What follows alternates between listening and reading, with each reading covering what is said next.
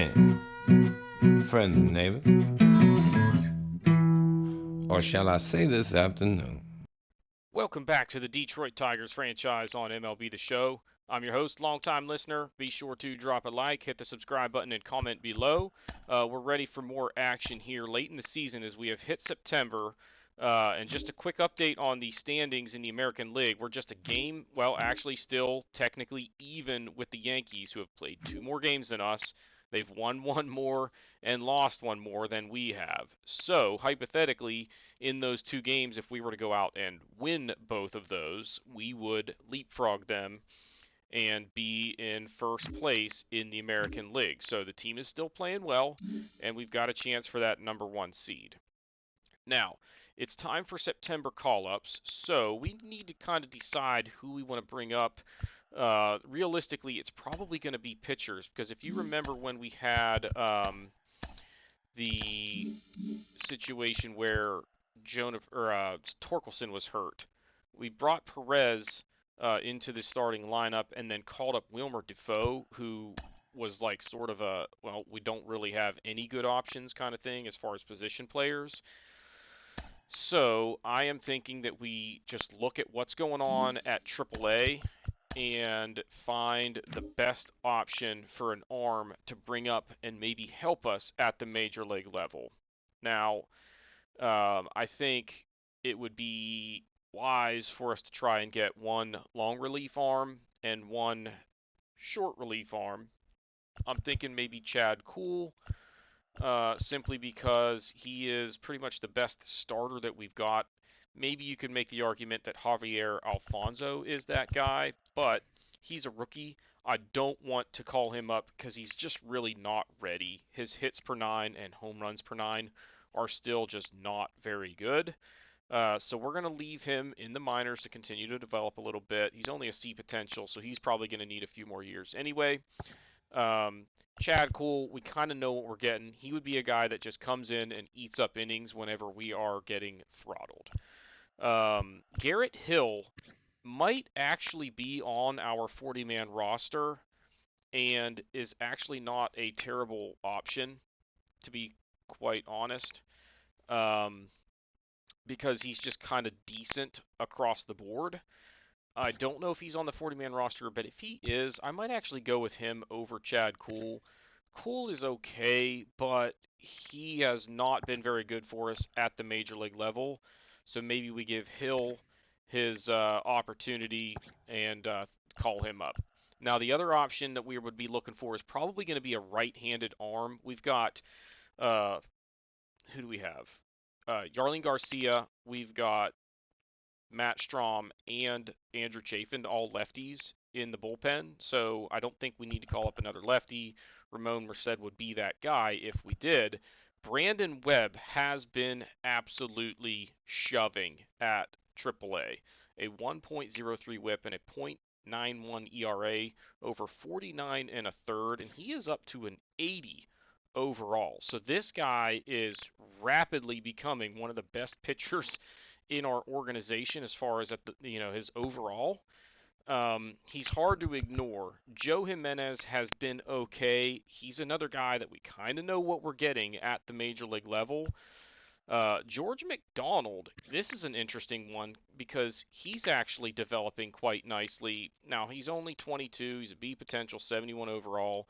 I think what I'm going to do is call up Webb and move McDonald to the closing role for the time being and give him a shot in that role and just kind of see how he does. So, all of that said, why don't we go ahead and kind of make some of these moves? It's going to be, we're going to look for Garrett Hill and Brandon Webb as the 2 options. I don't know if they're on the 40-man roster, though, so let's take a look here. He is not. Do I have any room? I do. So that's an easy decision there. And then at the relief situation, I think he's on, yeah, he's already on the 40-man roster. Call him up. Let's go back to Garrett Hill and go ahead and call him up. And now we need to bring some guys up from AA. So we'll go with, let's go with Franklin Perez. Up to AAA. Todd Felsh will come up to AA.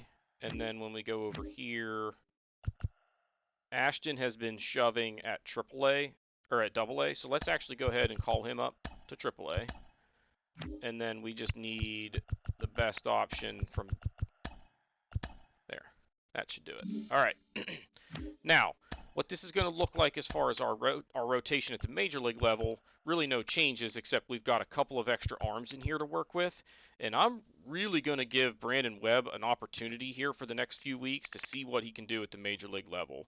I don't know about his command, but he definitely has nasty stuff with the 96 Ks per 9 attribute rating, 79 for his hits per 9, which is way up from the beginning of the season. This guy is absolutely exploding, and he is only 19, y'all. So look out for him to be a absolutely awesome closer for us in the very near future and for a long time. So that's what we've got going on at the major leagues. At AAA, no changes. Perez will go into the long relief spot. And we'll just let Ashton get his shot at closer at AAA and see how he does. I think that's pretty, straightforward there. Alex Faedo. Let's actually go with Rodriguez. He's got actually longer stamina, even though he's listed as a reliever. He's not that bad in terms of his stamina department. And then down here, let's give Lolich a shot as the closer. And put, I guess, doesn't matter. Let's put Ortiz in there as the setup man. All right, so that's it as far as those moves. And now we're getting ready for to quick manage a few more games. And we're already into September, so this is probably going to be the last episode of the regular season, because what I'm thinking we'll do is play a couple of games and then do a recap of all of our stats. So without me jabbering on for a whole lot longer, let's go ahead and cut it here. I'll be quick managing some games, and then we will have some action for you. Not sure exactly who we're going to be playing, but again, late season action. We're still in the mix for the overall best record in the American League for the regular season. So let's see if we can keep it rolling, and stay tuned. And here we are at Comerica Park. It's going to be the Twins coming to town on a rainy afternoon to take on the Tigers. These two teams with much different seasons going, and the Tigers are looking to pull off a 3-game sweep here at home as they have been swinging the bats well. Pitching's been pretty solid. They've won 7-4, 6-4, and now we get ready for the first pitch of Game 3 here with the Tigers looking to bring out the brooms, and it's going to be Tarek Skubal on the bump for the home squad. He is 9-9 on the year, but a solid 1.24 WHIP, 3.24 ERA. He's really blossomed into a respectable major league starter. Definitely can rack up some strikeouts, but there's times where he doesn't necessarily focus on that and just kind of pitches to contact. There's a quick look at the Twins lineup in this one, as this team has really kind of struggled offensively outside of the heart of the lineup. And Sano, with the average down where it is, not doing a ton to protect Franmil Reyes. It's going to be a quick 1-2-3 inning for Skubal in the first, and the Tigers will go to bat. And here's a look at the starter for the Twins. It's going to be Duran going to the bump. He is 8-10 on the year, making his 25th start. He's got a 1.61 WHIP and an ERA of 4.8. But a good start here as he's going to get Benintendi chasing one up and out of the zone there for the second out of the inning and his first strikeout. Then it's Rafael Devers. He had a pitch to hit, but popped it way up, and that's going to be a can of corn. The Twins will come to bat here in the second with a chance to take the lead. With one out, it's going to be a walk to Sano, and now that's going to put a runner on with one away in the inning. But now 2 down for Byron Buxton. Swing and a miss on a changeup down. Got him swinging to end the inning, and it's going to be 2 scoreless innings of work for Skubal now. On to the second. It's going to be Jonah Perez. Swing and a miss at a very hittable pitch there. He's down on strikes. Then it's Austin Meadows. Gets one to hit, takes it back through the shift, and that's going to be a base hit for Meadows and a runner on for the Tigers now with 1 out in the inning. Javi Baez, 2-1 pitch. He gets one to hit, takes it deep to right center field. That ball is headed for the gap, and that's Triple's alley. So Meadows should come around to score. It's going to be a triple for Baez as he takes the turn and heads into third and beats the throw. It's an RBI triple, and the Tigers are on the board 1-0. Next batter, Riley Green, 3-2 pitch is outside, not even close with a slider up and away. And that'll make it first and third now for Tyler Stevenson. 2-2 pitch. Got him looking on the inside corner, 95 miles an hour. Peyton Black, his third strikeout. It's big second out. And then it's up to Adalberto Mondesi. Hits it hard, but a diving stop at first. They flip to the bag and get him to end the inning. But the Tigers do grab a run, but that play saved one, and it's going to be 1-0 now after 2 innings of play. 1 out here in the third, and it's going to be a strikeout there as Yerzy couldn't pull the trigger. He's down on strikes for the second out, and that would be a scoreless inning of work for Skubal there. Now on to the bottom of the third. Benintendi takes one down the left field, well, not really down the left field line, but against the shift and all the way to the wall for a stand-up double, then 2 away for Jonah Perez. Had a fastball to hit there, but couldn't get around on it. Popped it up down the left field line. And it'll be 1-0 here after 3 innings. The Twins come to bat, looking to try and get on the board. They are still hitless to this point. Austin Martin leading things off. He chases one down out of the zone, and that was a 3-2 pitch to get him swinging, and Skubal's got 4 strikeouts. Now with a runner on, and they put him in motion, but Franmil Reyes just absolutely murders this ball way out of here, deep and gone to left field for a 2-run shot. The Twins will grab the lead on the 25th home run of the year for Franmil Reyes. Next batter, actually with 2 away in the inning.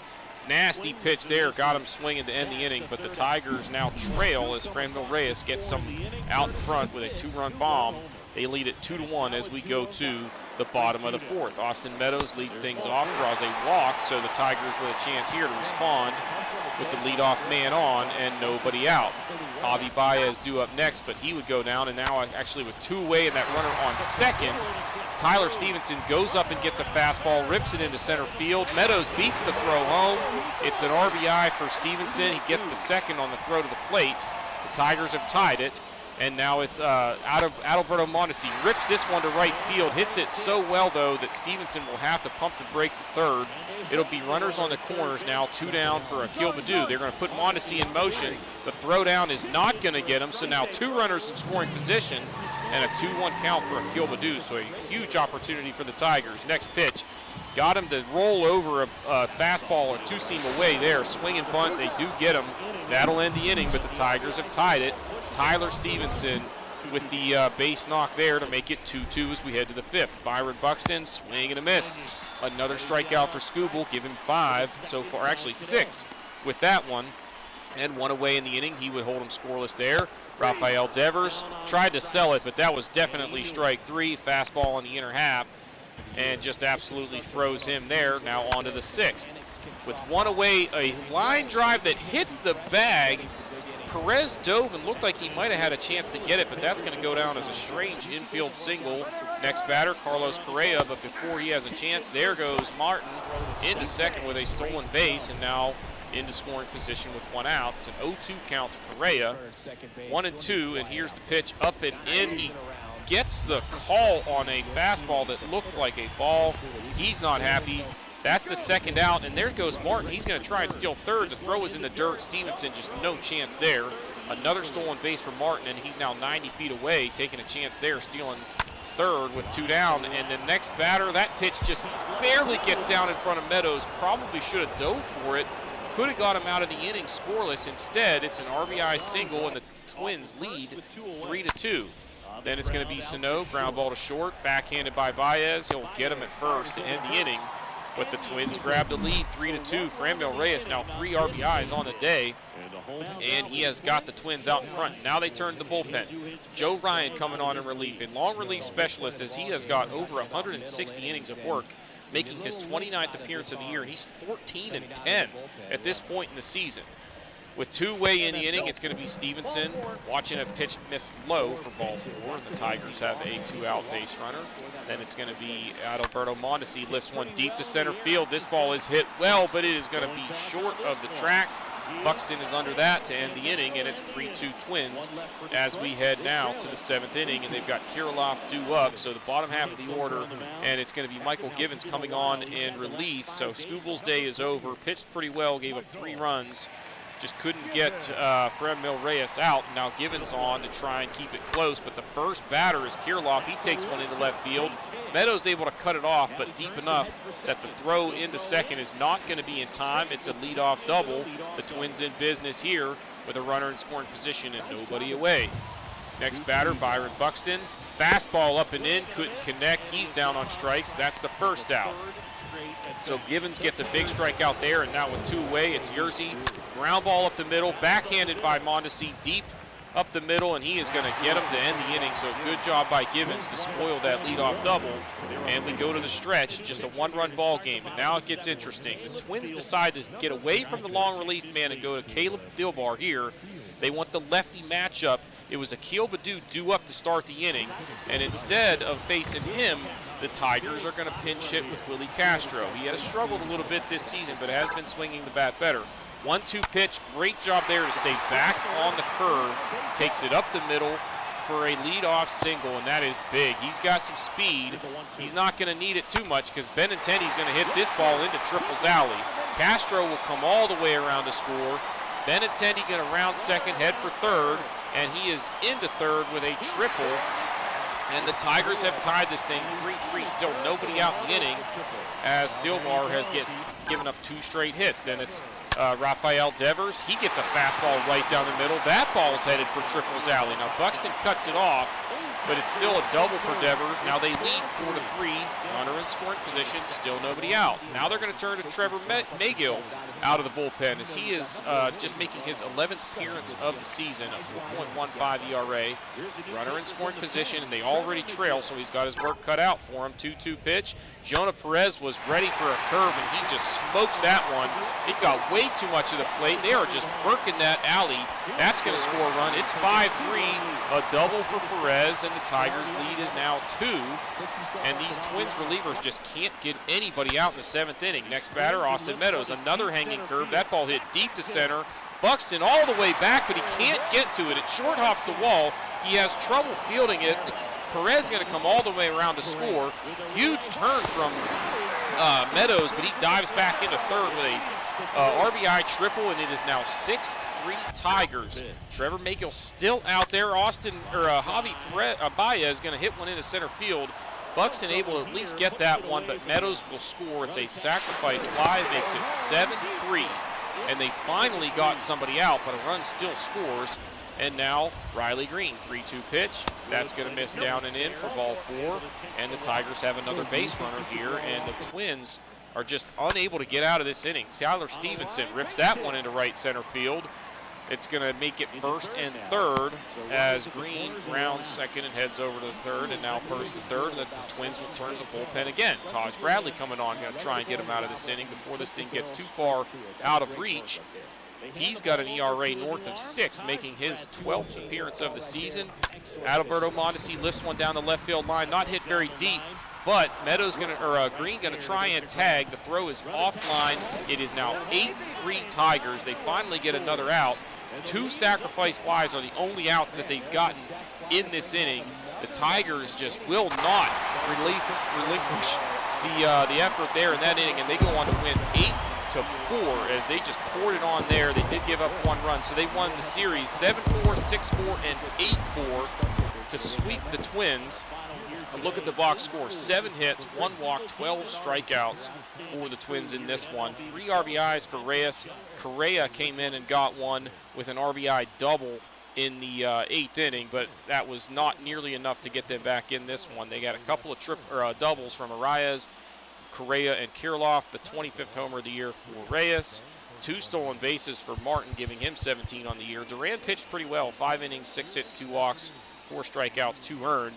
Ryan comes in, goes a scoreless 6th, and then the 7th inning was just a disaster as they gave up 6 runs between Thielbar, McGill, and Bradley came in, faced 5 batters, got them all out, did a great job, but one of those was a sacrifice fly, and the damage was done at that point. So just an ugly effort combined in that 7th inning.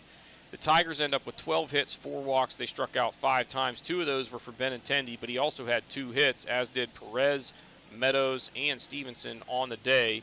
Devers, Benintendi, and Perez all with doubles. How about 3 triples? 1 for Baez, Benintendi, and Meadows. The RBIs were for Stevenson, Devers, Mondesi, Benintendi, Perez, and 2 for Baez. Actually, 1 for Meadows as well. A couple of sacrifice flies. Mondesi stole a bag. Skubal goes 6 innings, 4 hits, walk, 7 strikeouts, and 3 earned, gets no decision. Givens, 1 inning of work, gets the win, gave up a hit and struck 1 out. And then Hill came on, called up for September call-ups, gave up 2 hits, including the RBI double for Correa, but he struck out 4 over those 2 innings, and the Tigers win this one 8-4. All right, now we have actually reached the end of the regular season for the minor league squads. So before stats reset as we head into the playoffs, I actually just want to look at a couple of the kind of prospects on this team as far as the seasons that they had. So Javier Alfonso is one of our better starting pitcher prospects. He's only a C potential, but already a 73 overall. He pitched 159 innings at AAA this year, a 1.28 whip, 3.33 ERA. Developed a little bit, coming along to where within the next year or so, he could be the guy that we use for long relief at the major league level. But we'll have to keep an eye on him. Fletcher Burkett was okay at AAA as well. He's another guy kind of in that same range, but also see potential, and he's a few years older. Ty Madden, slowly but surely starting to come along. He is up to a 70 overall. He's 24 years old, B potential, so we'll keep an eye on him. Matt Tabor was really good at AA this year. While Madden struggled at AAA, Tabor was dealing at AAA. Now he's 25, so he's getting toward the back end of his window. Only 69 overall, but B potential. Another good season. He could develop a little bit and be another candidate for long relief at the major league level. Nobody else really down there to keep an eye on. Over here, George McDonald. He only worked 9 1/3 at AAA. Was not very good over that stretch, but he is a 72 overall, developed a fair amount this year, 22 years old. He's going to be pretty good. So just give him another year or so in the minors, and he'll be ready to go. Brandon Webb. We called him up. He worked 7 innings at the major league level to a 0 ERA and .57 whip. Struck out 13 guys in 7 innings. So he was just absolutely awesome, and this guy is going to be a beast. He's only 19, and he's going to be in the majors next year, almost for sure. Chris Ashton, basically the same situation. He's a little bit behind Webb as far as his, stuff, but I like his walks per 9 is absolutely incredible, and this guy just should be a really solid right-handed reliever. Doesn't have like overpowering. Actually, he does have pretty good velocity with the fastball touching the high 90s. You combine that with a walks per 9 that's that good, doesn't give up a ton of hits, strikes out some guys. Like, I really like this guy, and he's only 19, also an A potential. Ramon Merced was pretty good at AAA this year. 24 innings of work is not a lot, but he developed a little bit. He's up to a 75 overall. He's got a pretty decent walks per 9 rating now at 60. The Ks are there, so this guy has definite, all-star type potential. Only 21 years old, already a 75 overall, and he can bring it with a fastball in the high 90s as well. Last but not least is Willie Lolich. He was the closer at AA for, or well, I guess he was the setup man for a while, but nonetheless had an outstanding season. He's only 22, B potential. He's up to a 68 overall, so he's only a couple of years away from being major league ready, and this bullpen is going to be just absolutely dynamite for a long time. Stevenson will be the catcher next year. Alfonso has he's got the overall rating that says he's major league ready, but he has no power, and I just don't know what he can do offensively except maybe hit lefties. But Stevenson is better against lefties. I just don't know. Like, we could even consider bringing Eric Haas back for another year. So we have options at catcher. Pinero is probably the better of these two options, but he did not play very well in the minors this year, hitting just 243 with 10 home runs. Not terrible, but at Double A, I'd like to see his average be a little bit higher. But he's developing, and he's only 21 years old. Be potential, that guy can end up being really good. Because think about it, Alfonso's 3 years older, and his overall is only one higher. So if this guy averages, two, an increase of 2 overall per year for the next couple years, he's in the mid 80s, and that makes him one of the better catchers in all of baseball. Eric Haas had a struggling season, so that's going to make this offseason a little bit interesting. Dingler was not very good. He's now 25, 72 overall. He's kind of like another Jake Rogers for us at this point, where we could use him at the major league level. He's not going to be great, but he's probably not also going to be the reason that we lose. But I really just don't know what to do with him. Sam Huff is beyond his window as well. We got our use out of him that year. We needed him because of injuries. Torkelson was awesome. Perez is absolutely, really impressing, but he has gone cold a little bit. You see there the snowflake next to his name, but still hitting 266 with 14 home runs in, how many at-bats was that?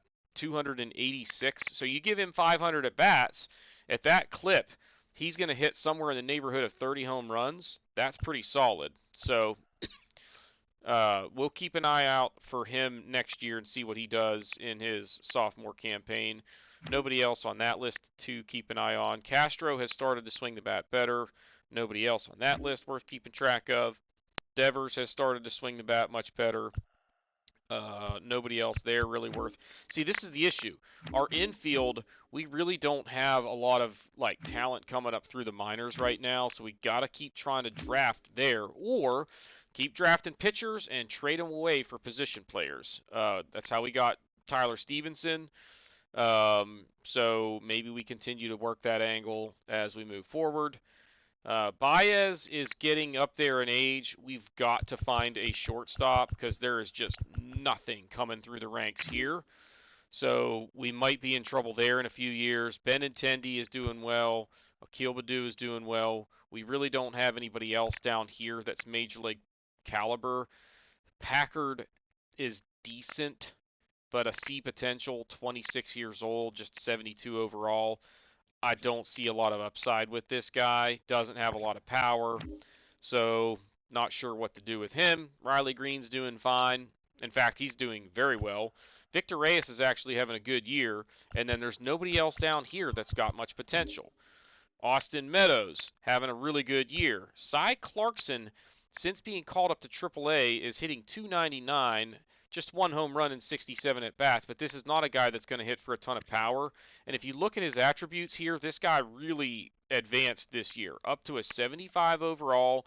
The defense is, he's definitely got range, a decent arm, not super accurate, but he's got really good speed, very good vision. The discipline's okay. So this guy, if you bring him up to the majors, just let him put the ball in play. You never know what could happen. He's not going to hit for a lot of power, but he's the kind of guy that if his contact ratings come up a little bit more, he could be a very good option to bat second or even lead off because of the speed that he's got.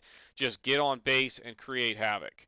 But that's pretty much it looking down through the minor league stats. And then the other thing that I want to point out here, if we look at the standings, the Yankees have lost 7 in a row. We're 6-4 over this last 10-game stretch, and we've now created a 5-game delta between us and them and clinched the best record in the league. So what we're going to do is actually simulate through the rest of the season.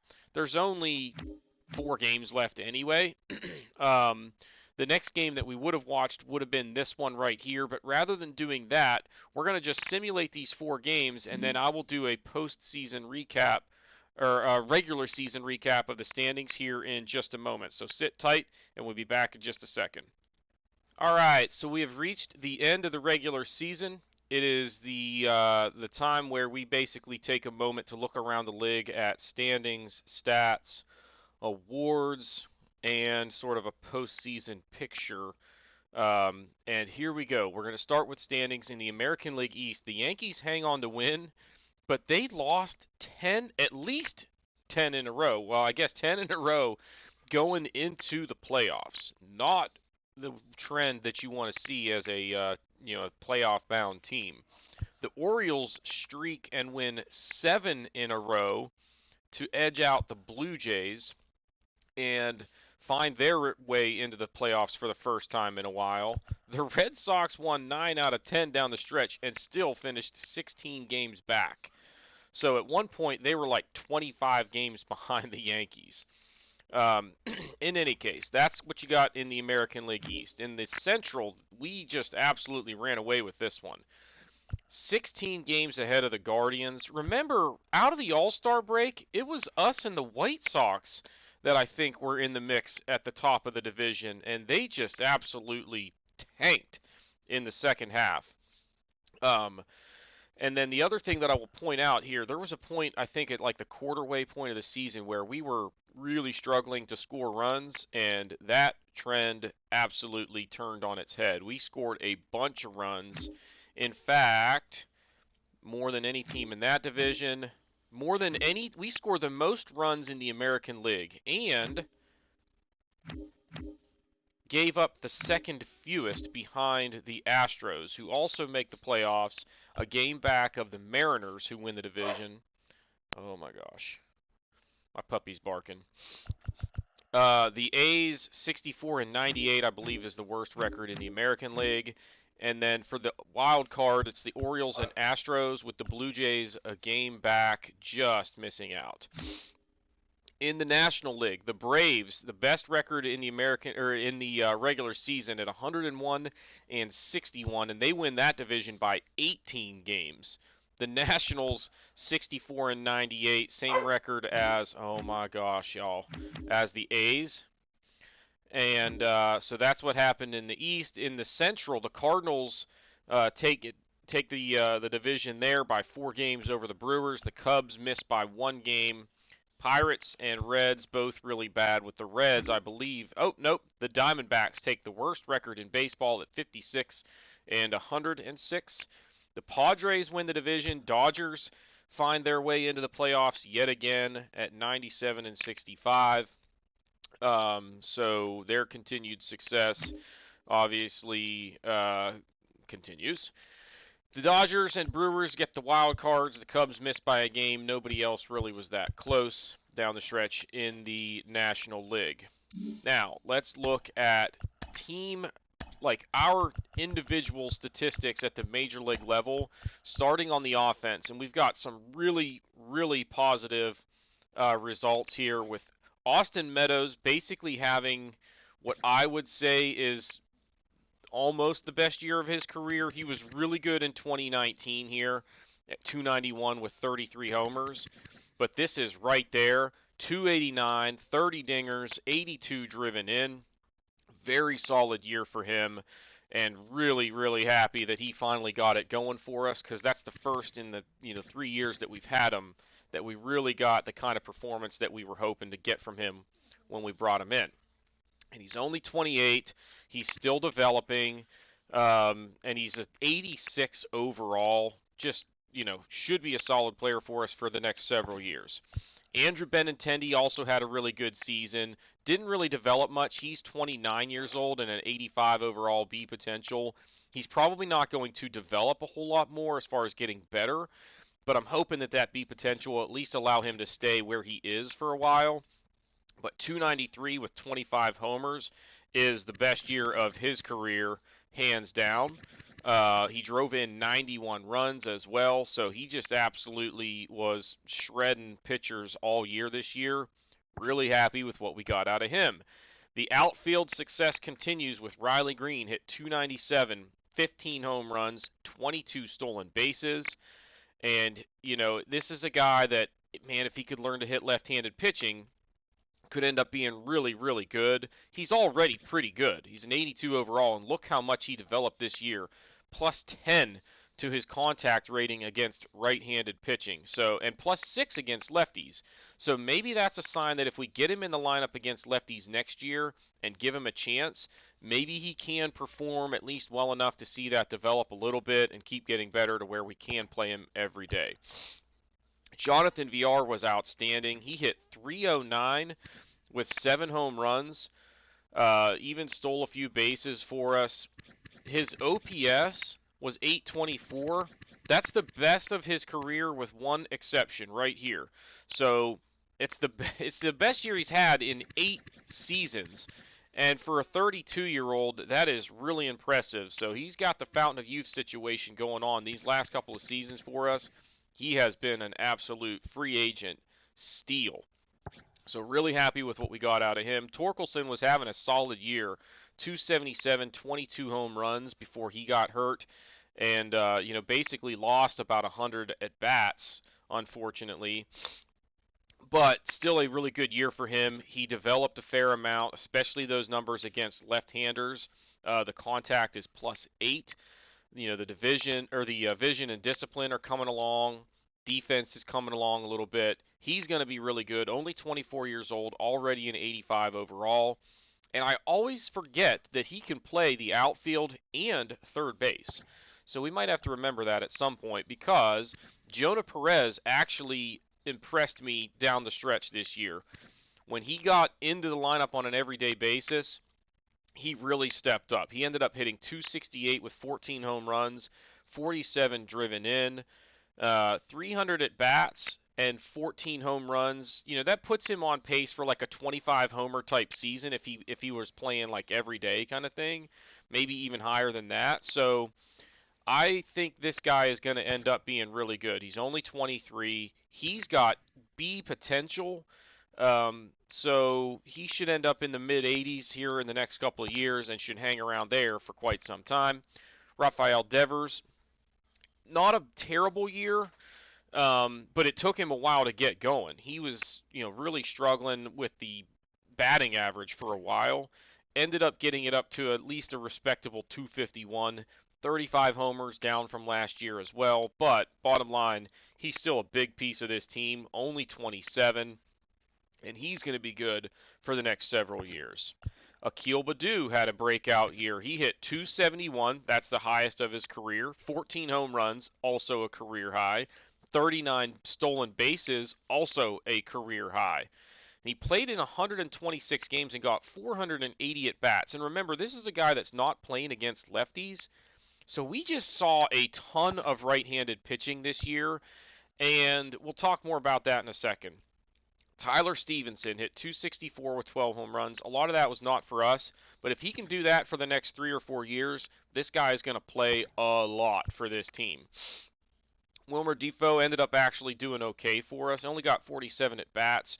For a while, he was really struggling, but he ends up hitting .277 with a 738 OPS. I'll take that for a platoon or bench guy.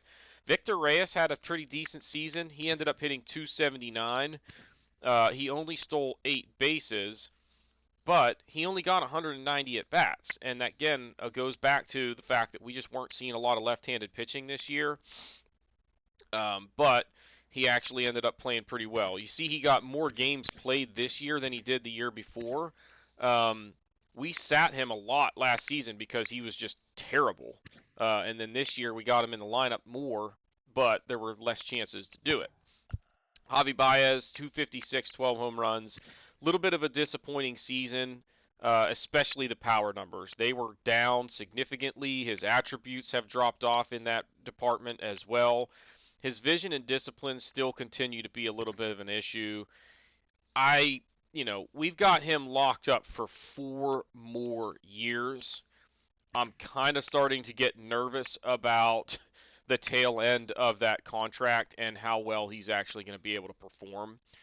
But for right now, he's definitely the best option we have. Adalberto Mondesi ended up hitting 12 home runs, which is more than I expected to get out of him, but the average was just not very good. He hit .267 last year. I was kind of hoping that he would be able to, sort of replicate that, and that was not the case. He stole 31 bases for us. caught 6 times, which is, the most in 4 years for him. But again, up the middle, he's pretty much the best option that we have as far as an everyday player. Eric Haas only got 158 at bats this year, and again, that goes back to us just not playing a lot of lefties. He hit 203 with 5 home runs. Disappointing year, to say the least, but he's 31, and he's kind of a specialty role player anyway, in that he only plays against lefties. Um, but I would have liked to have seen more power out of him this year. And then Willie Castro, just all around a disappointing season. And it was basically because he just got off to such an atrocious start that even by the time he kind of got it going, it was too late to correct that batting average and get it up to a decent number. But hopefully we see him rebound next year. He is listed as an 88 overall. Like, look at his attributes. He should be one of the best defenders in the game. He's got really good speed. The contact against lefties is really good. Everything else is okay. I don't see how he is an 88 overall with those attributes, but he's definitely a good player and brings a lot of value because he can play, several different positions at, all the infield positions except for first, and then corner outfield as well. All right, let's look at the pitchers. We'll start with the good, sorted by whip. Brandon Webb. Holy crap. I cannot say enough about this young kid. He came up late with September call-ups. He worked 9 1/3 innings, struck out 18 batters across that stretch, and had a whip of .64. Now, if we're doing the math, he had 6 walks and only pitched 9 1/3 innings. So he only gave up 1 hit as far as I can tell. No, hits allowed, none. He didn't give up a single hit. Struck out 18 guys over 9 1/3. That's like just insane for a rookie. And look at how much he developed this year. Plus 13 on his hits per 9. He's maxed out on Ks per 9. His homers per 9 went up by 8. I mean, and he is 19 years old, already 82 overall. This guy is going to be freaking amazing. So, get ready for a long and prosperous career from Brandon Webb if that trajectory continues. Andrew Chafin was really good for us this year. Ended up with 41 saves, a .89 whip, 1.34 ERA. He did blow a few saves, but he was just outstanding for us. Casey Mize should be in Cy Young contention with 18 wins, 233 innings worked, 184 strikeouts, a .94 whip, and a 2.39 ERA. Definitely a breakout year for him. He developed a lot. He is now a 90 overall and really doesn't have any weaknesses. He doesn't strike out a ton of guys, and he is maybe a little bit susceptible to the home run still, but his hits per 9 and walks per 9 are both very good.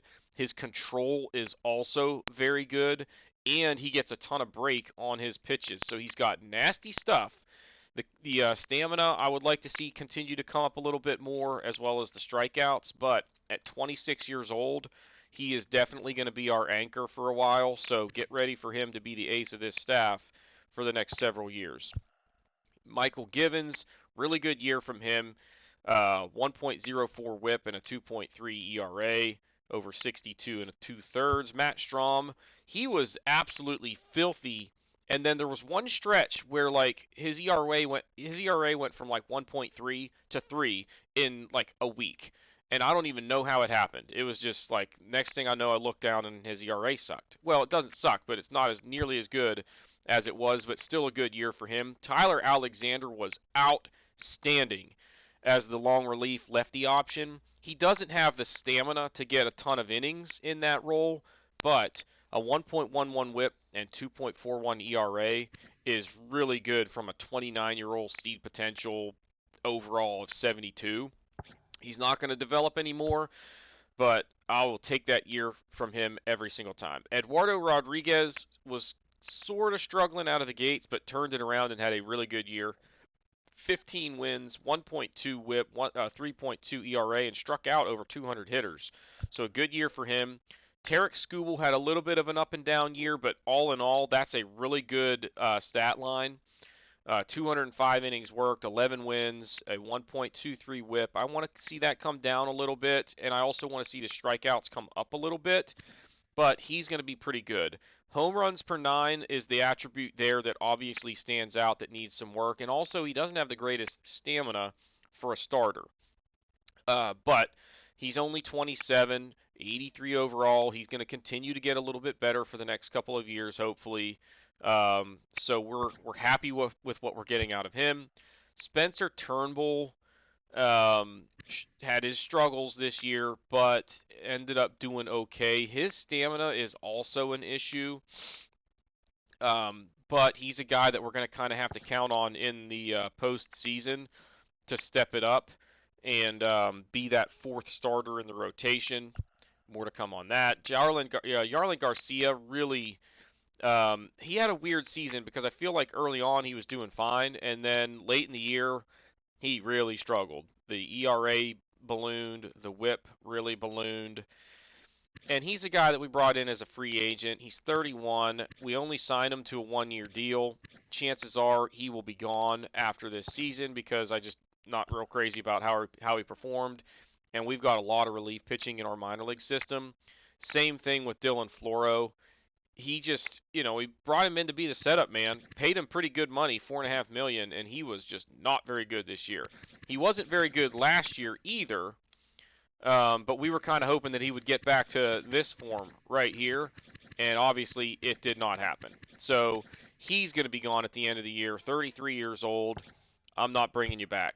Now, Jackson Jobe was pitching well early this season, which is good because it allowed us to keep him in the rotation all year long, even though he struggled down the stretch. Now, at 21 years old and an A potential, which is actually up from where he was at the start of the franchise series, he still has a lot of room to improve.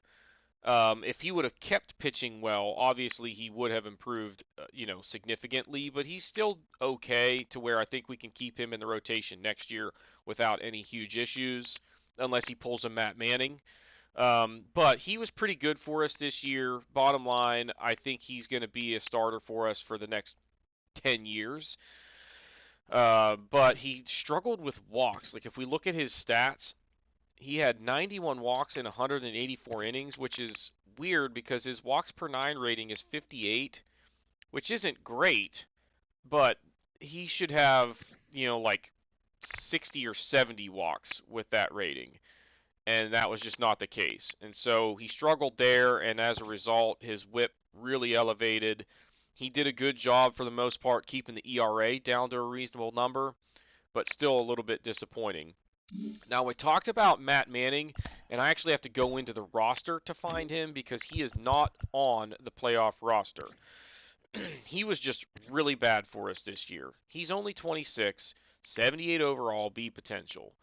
Chances are he's going to be in our starting rotation to start next season, but he was good in 2022 and then struggled last year and was just awful this year. He gave up 27 home runs in 113 innings. That is just crazy. Like, his homers per 9 went down by 3 in his 26-year-old season. That's not good. So he is going to have to be better next year. And we might even go looking for a starting pitcher, like a veteran that's somewhere in the 78 range that, we would start as the long relief guy. And then if Manning is really struggling, we just bring the veteran into the rotation. So he's on notice. But basically, we now have our 40-man our playoff roster set. Manning missed the cut.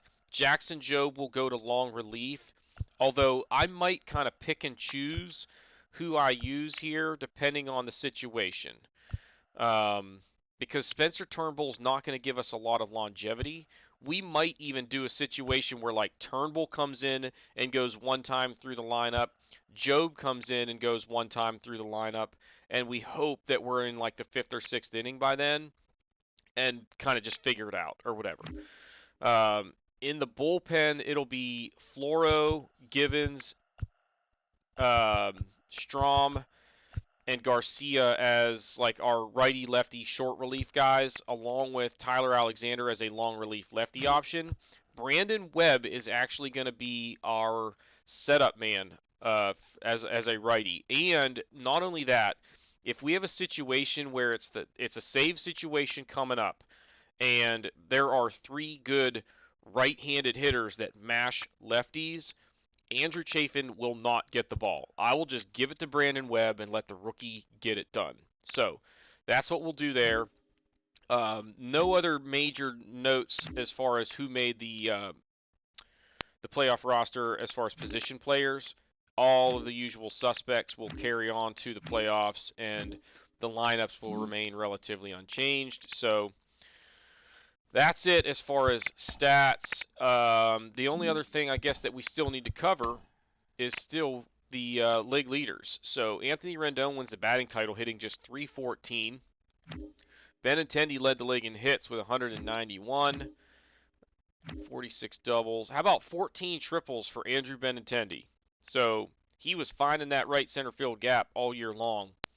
And interesting to see a guy without a ton of speed win that crown. Bregman, Judge, and Vladdy all tie with 42 home runs. And then there's Devers tied for 8th at 35. And honestly, you know, there's an outside chance that Spencer Torkelson could have like slugged his way into the, top 15-ish. He was at 22 and missed the last couple of months. So he could have easily been somewhere in this neighborhood. Anyway, that's that. Vlad Guerrero also gets the RBI crown at 114, edging out Devers. Bo Bichette the most runs. Akil Baddoo led the league in stolen bases, and then there's Mondesi, there's Baez, and there's Green. So we had a ton of speed on this team. Bregman the most walks, Rendon the best on base percentage, Judge the best slugging, and best OPS. Patrick Sandoval, this guy in real life looks like he's going to be really good. But anyway, he gets 19 wins, most in the league, and there's Casey Mize with 18, tied for second.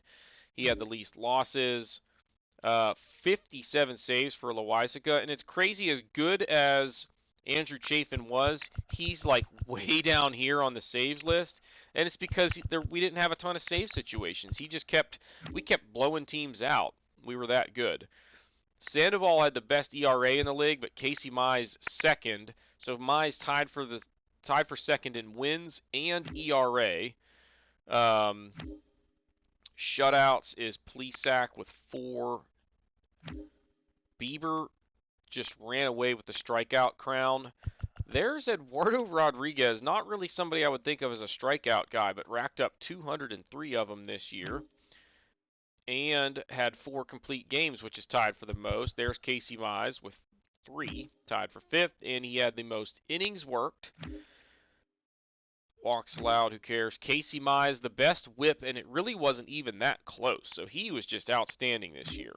Pitching WAR, they gave it to Shane Bieber, and again, this is a stat that I just don't understand. Like, why is Casey Mize 6th on this list? And why is Noah Syndergaard above him with a what is this? How is he higher?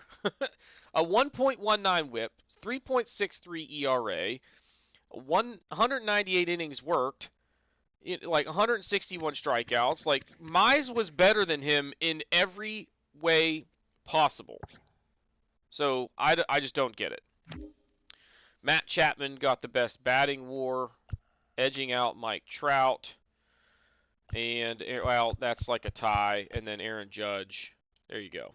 So that's it for the American League. Now in the National League, 307 wins the batting title for Juan Soto. Marte with 199 hits led the league in at-bats. Doubles, Brian Reynolds with 10 triples ties Fernando Tatis Jr. Matt Olson and Austin Riley, 42 home runs, and I think that was the number in the American League as well. And how about this? The Braves had 3 40 home run hitters. That is crazy. I don't know if that's ever happened. Austin Riley, 124 RBIs. Olson, 114 runs scored, probably because Austin Riley was driving him in. Marte with 49 stolen bases, just blew away the field. Joey Gallo leading the league in something other than strikeouts, although he probably led the league in strikeouts too. Juan Soto, an on-base percentage of 429, way above anybody else. Soler with a 630 slugging.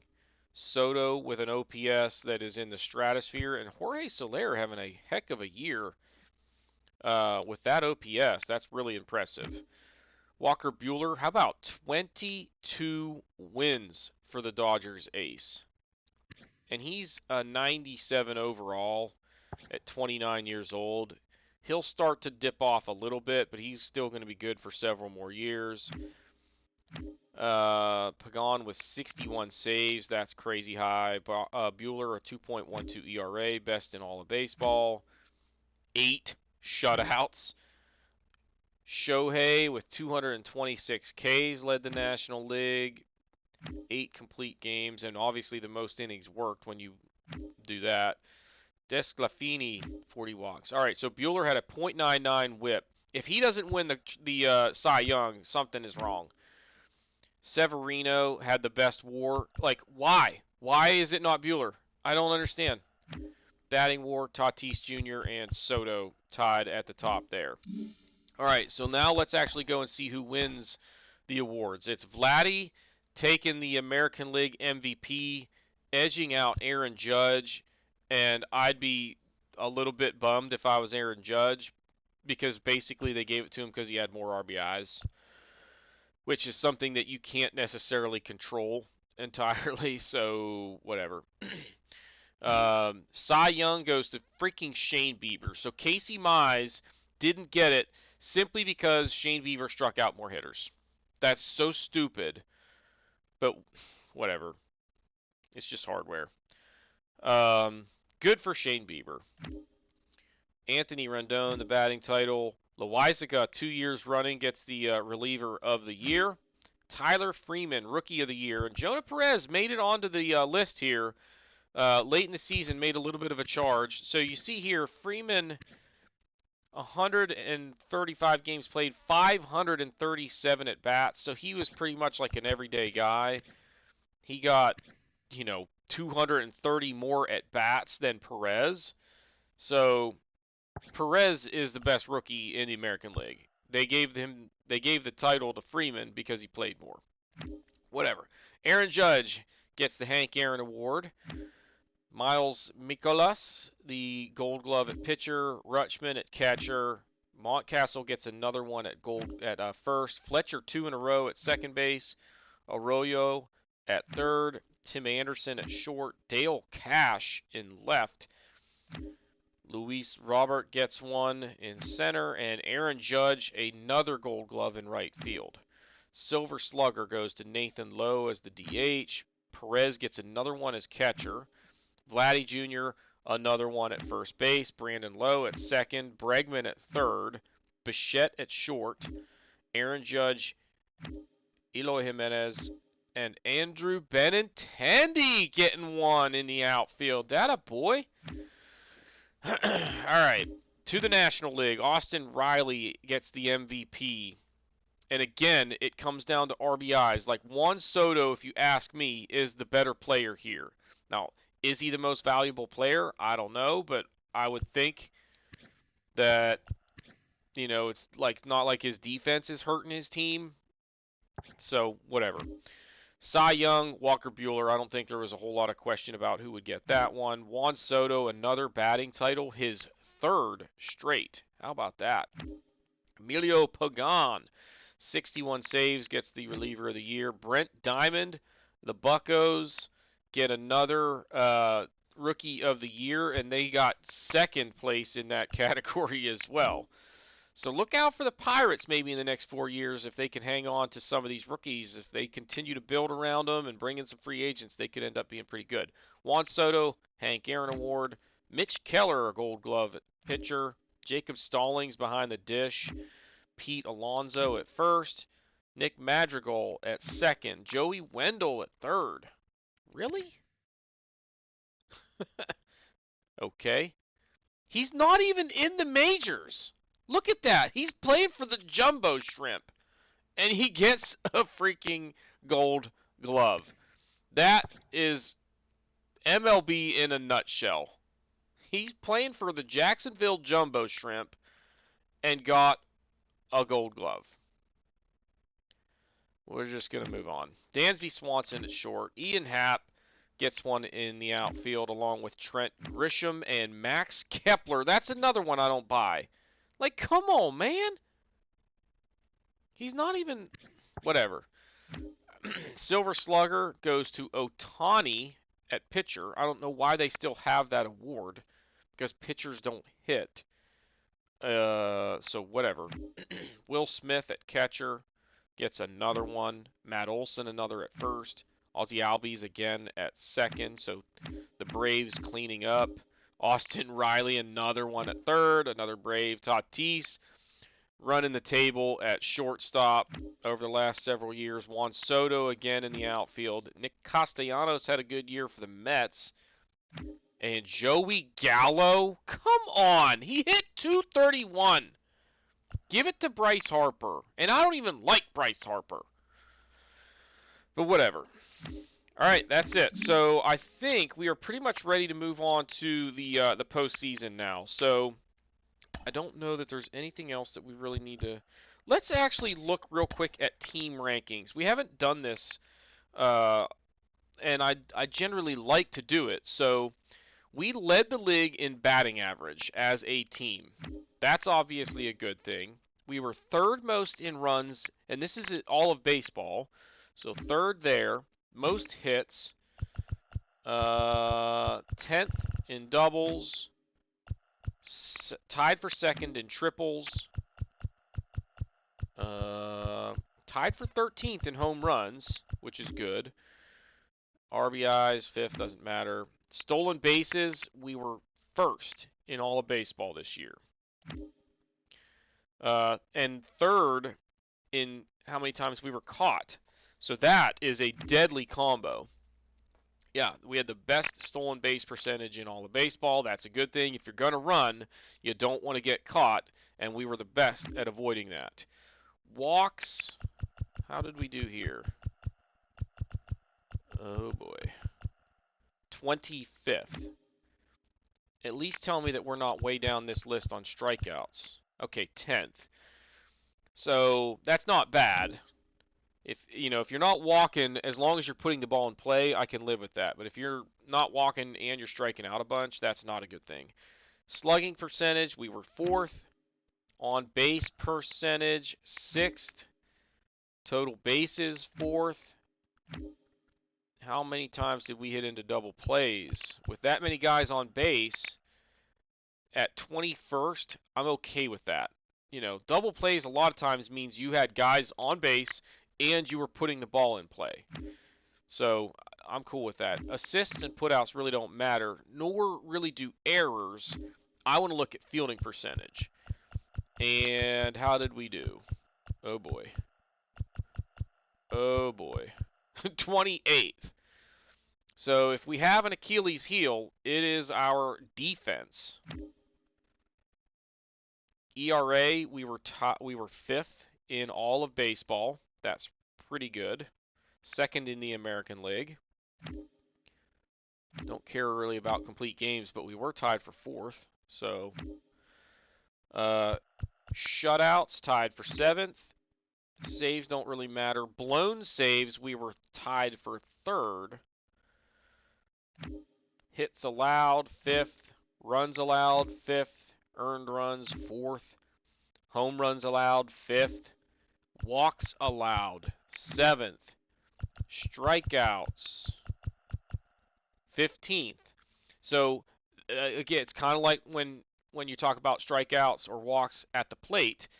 If you're striking out a bunch of guys and not walking a lot of guys, that's a deadly combo. We didn't walk a lot of guys, tied for, in 7th place, and then we were right in the middle of the pack in strikeouts. So that's a pretty good combination. Win percentage, so we were the 3rd best team. Yeah, like win percentage is kind of irrelevant as a team stat. So, all right, so that's that. Now I think we're ready to wrap it up. So if you haven't done so already, please be sure to hit the like button, hit the subscribe button, comment below, and we will see y'all next time.